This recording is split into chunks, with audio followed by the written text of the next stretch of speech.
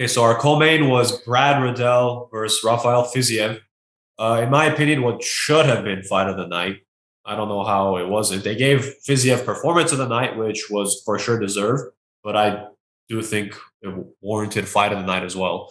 But regardless, so this was one of the fights I was looking forward to most entering this card because both guys are animals, to just put Yeah, it lightly. absolutely. And they did not disappoint at all. I mean, it was just nonstop for almost 50, for what, 10 and 12 and a half minutes. Uh, Big win, obviously, for Fiziev. And this was pretty big in the lightweight division. Both men were like, what's between like 14 versus 12 or 15 versus 14, something like that. They're both very closely ranked. Um, I think entering that third, I think I had it 2-0 for Fiziev. Maybe you could sway me 1-1. I can't quite recall how I had it scored.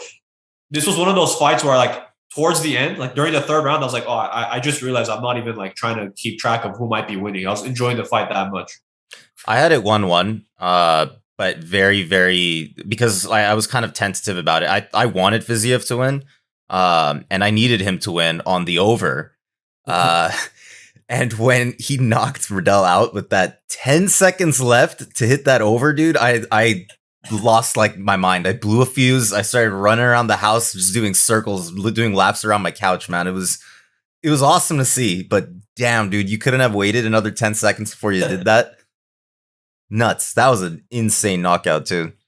And it was so technical, not just the kick itself, The fight, but yes. but the way he kind of cut him off to lead him that direction, and he knows he's going that way, and then as perfectly placed as it could be, as perfectly timed as it could have been. And again, the way that Riddell went down is what kind of adds to it too, because it was like a delay. He's like, "Oh crap, I'm going down."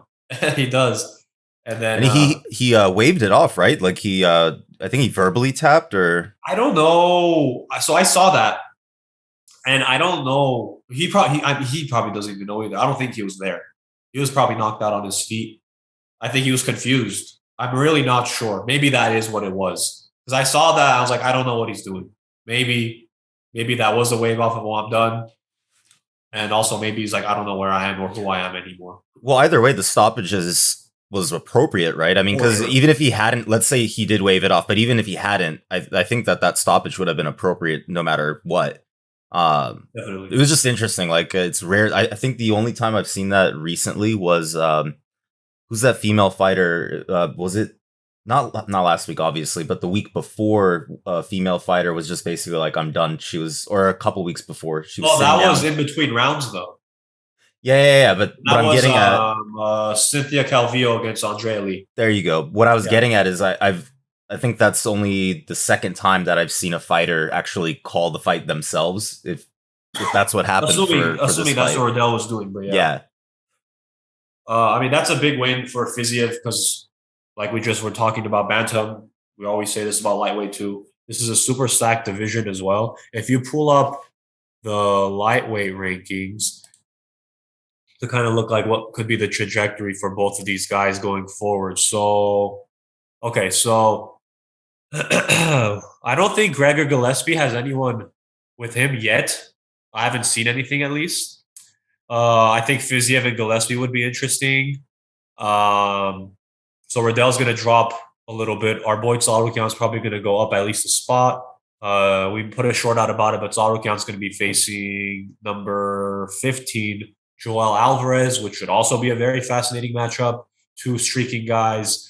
So, I mean, again, looking at this right now, given how stacked the lightweight rankings are, um, I don't quite know. So this was one, two, three, four, fifth straight win for Fiziev.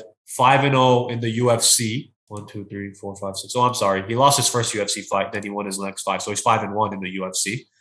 Um, I think maybe Gregor Gillespie. I mean, I'm looking at that rankings, and I mean, he's not going to fight Connor.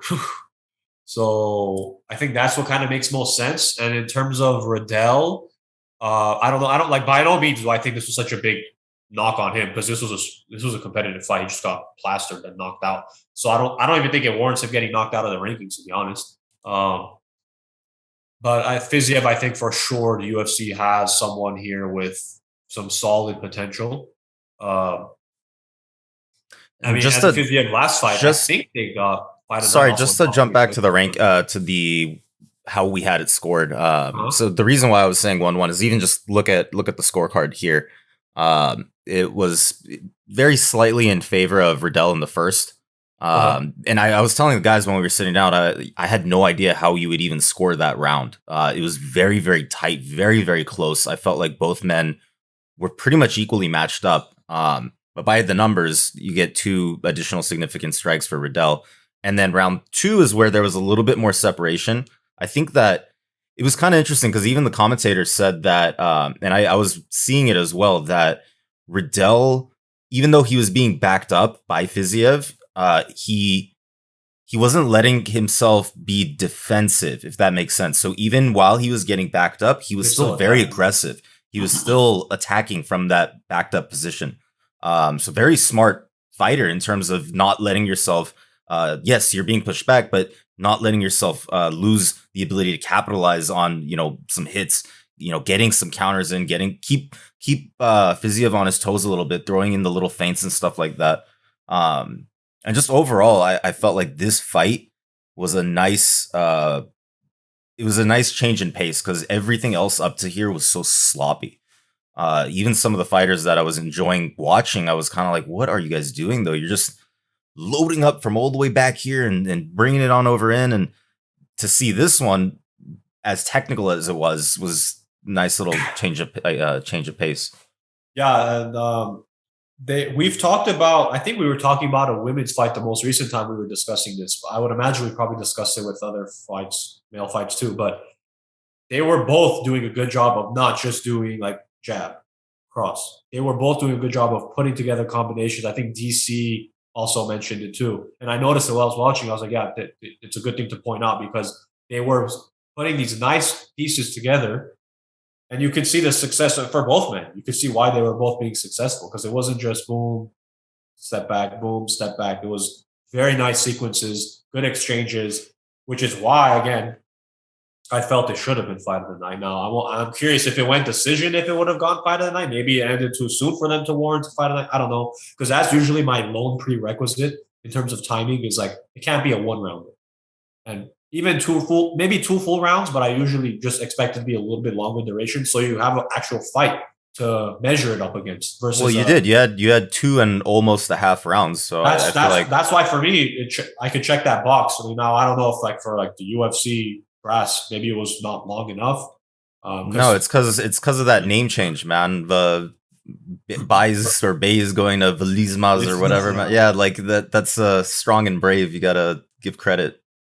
We'll get to that, but I'm curious what that was all about too. yeah. Okay, so that is our co-main. Any final stuff for you on on those two? Just man, what a freaking war, dude! And I'm excited to see these guys, no matter who they match them up with.